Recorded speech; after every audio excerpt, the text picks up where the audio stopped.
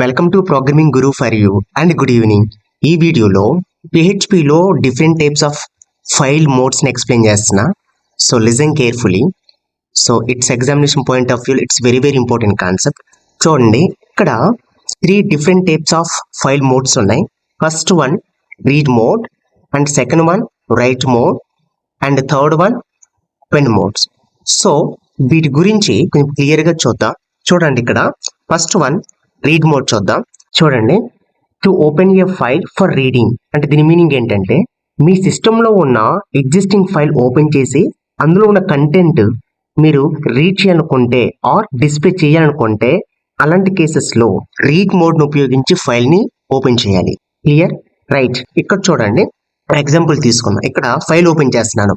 F open అనే ఫంక్షన్తో ఒక ఫైల్ని ఓపెన్ చేస్తున్నాను. ఓకే, ఇందులో 2 పారామీటర్స్ ఉంటాయి. ఫైల్ నేమ్, ఆ ఫైల్ని ఓపెన్ చేసేటప్పుడు ఏ పారామీటర్స్తో ఓపెన్ చేస్తున్నాం సో అది మెన్షన్ చేయాలి. సో ఇక్కడ ఎఫ్పి అంటే ఫైల్ పాయింటర్, అంటే ఈ ఫైల్లో ఉండే కంటెంట్స్ని రిప్రజెంట్ చేస్తుందండి ఫైల్ పాయింటర్.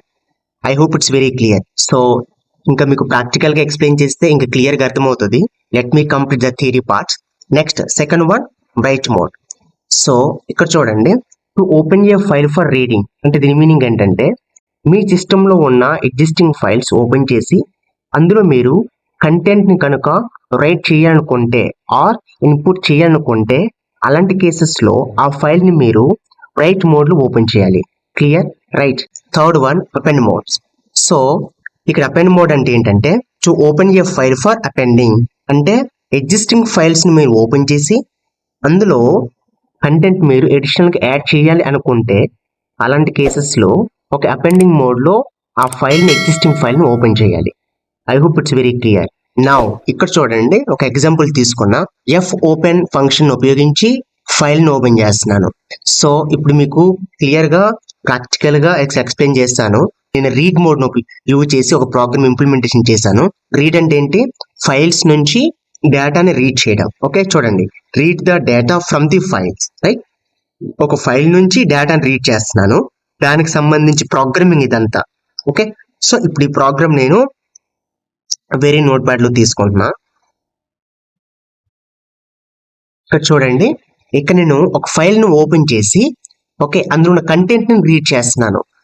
ఓకే, సో చూడండి, ఇక్కడ ఆదిత్య అనే ఫైల్ ఉంది కదా. సో ఈ ఫైల్లో ఉన్న కంటెంట్ని నేను రీడ్ చేస్తున్నానండి ఆర్ డిస్ప్లే చేస్తున్నాను. అంటే ఇక్కడ reading the data from the files దీని మీనింగ్ ఏంటంటే ఈ ఫైల్లో ఉండే కంటెంట్ ఏదైతే ఉందో ఈ కంటెంట్ని నేను బ్రౌజర్లో డిస్ప్లే చేస్తున్నాను. Okay, that is the meaning of reading the data from the file. Okay, so ఇప్పుడు ఇక్కడ ఫైల్ నేమ్ చేంజ్ చేస్తున్నాను. ఇక్కడ ఏంటి ఫైల్ నేమ్? ఆదిత్య1 కదా. సో ఓకే, ఇక్కడ ఫైల్ నేమ్ చేంజ్ చేద్దాం. సో ఆదిత్య1. రైట్, ఇక్కడ ఫైల్ నేమ్ ఏంటి? ఆదిత్య1. ఓకే, సో ఇక్కడ .txt ఫైల్. ఓకే, సో దీని ఎక్స్టెన్షన్ మనం మెన్షన్ చేద్దాం. Okay, right. So .txt file and R మోడ్లో ఓపెన్ చేస్తున్నా. So okay, fine. సో ఇప్పుడు చూడండి, ఈ ప్రోగ్రామ్ ఎగ్జిక్యూట్ చేస్తే కనుక ఈ ఆదిత్య1 అనే ఫైల్లో కంటెంట్ ఉంటే కనుక ఆ కంటెంట్ వెబ్ బ్రౌజర్లో డిస్ప్లే అవ్వాలి. ఓకే, ఇది ప్రొసీజర్ యాక్చువల్లీ. సో ఒకసారి రన్ చేద్దాం.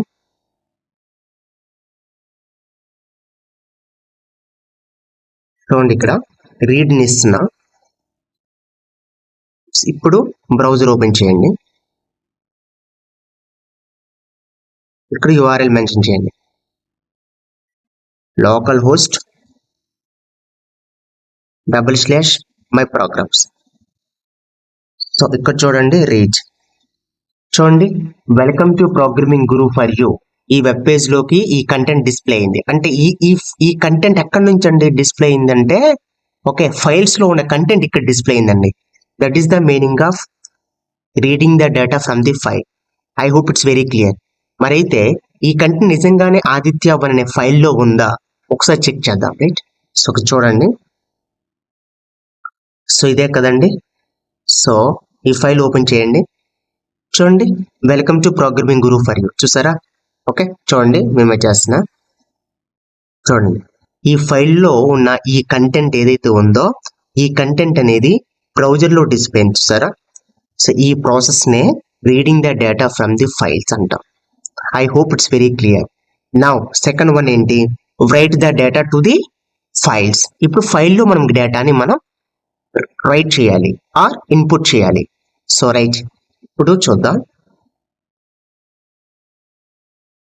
చూడండి, అంటే ఏంటి, ఆదిత్య1 అనే ఫైల్స్ లో సమ్ డేటాని మనం రైట్ చేయాలి, అంటే ఇన్పుట్ చేయాలి. అంటే ఆల్రెడీ ఉంది కదా మరి welcome to programming guru for you అనే కంటెంట్ అంటే ఎస్ ఉందండి. మీరు ఎప్పుడైతే రైట్ మోడ్ యూజ్ చేస్తారో ఈ ఫైల్లో ఉండే డేటా ఏదైతే ఉందో ఆల్రెడీ ఉన్న డేటా డిలీట్ అయిపోయి, ఓకే, రైట్ మోడ్ను ఉపయోగించి ఏ కంటెంట్ అయితే మీరు మెన్షన్ చేస్తారో ఆ డేటా మాత్రం ఉంటుందండి. Okay, so existing data delete అయిపోయి రైట్ మోడ్లో మీరు ఏ కంటెంట్ అయితే తీసుకుంటారో ఆ కంటెంట్ మాత్రం ఉంటుందండి. ఓకే, సో ఇప్పుడు ఆ ప్రోగ్రామ్ ఒకసారి చూద్దాం. రైట్, చూడండి, ఇదండి actually program. Write data to the files. ఫైల్స్లోకి మన డేటాని మనం ఇన్పుట్ చేయాలి ఆర్ రైట్ చేయాలి. సో దానికి సంబంధించి కోడ్ ఇదంతా. ఓకే, చూడండి ఇక్కడ నేను రాస్తున్నాను. Okay, clear. రైట్, సో ఇక్కడ ఫైల్ నేమ్ ఏంటి, ఆదిత్య1 కదా, చేంజ్ చేద్దాం, ఆదిత్య1. Right, dot txt. So double కోట్లో మెన్షన్ చేద్దాం. ఓకే, చూడండి, ఈ ప్రోగ్రామ్ ఎందుకనంటే ఆదిత్య1 అనే ఫైల్లో మీరు డేటాని రైట్ చేస్తున్నారు. హలో అనే కంటెంట్ ఏదైతే ఉందో ఈ డేటాని మీరు రాస్తున్నారు. ఇది ప్రోగ్రామ్ యాక్చువల్లీ. సో ఇలా రాసేటప్పుడు ఏమవుతుందంటే ఆదిత్య1 అనే ఫైల్లో కనుక ఆల్రెడీ ఏదైనా కంటెంట్ ఉంటే ఆ డేటా డిలీట్ అయిపోతుంది. డిలీట్ అయిపోయి ఈ డేటా మాత్రమే స్టోర్ అవుతుంది. I hope it's very clear. So ఇప్పుడు ఈ డేటాని మనం రన్ చేద్దాం. ఇక్కడ ఒక ఎక్నాలజ్మెంట్ రాస్తున్నాను. సో ఎకో స్టేట్మెంట్ తీసుకుంటున్నాను. సో విత్ ఇన్ డబుల్ కోట్లో write a data to the file అని చెప్పి డిస్ప్లే అవ్వాలి. ఓకే, సో నిజంగానే సో ఆదిత్య1 అనే ఫైల్లో ఈ డేటా కనుక రాస్తే, ఓకే, ఇక్కడ acknowledgement write a data to a file అని చెప్పి డిస్ప్లే అవ్వాలి. ఓకే, ఒకసారి ఈ ప్రోగ్రామ్ రన్ చేద్దాం. సేవ్ చేశాను. నౌ రైట్, సో చూడండి,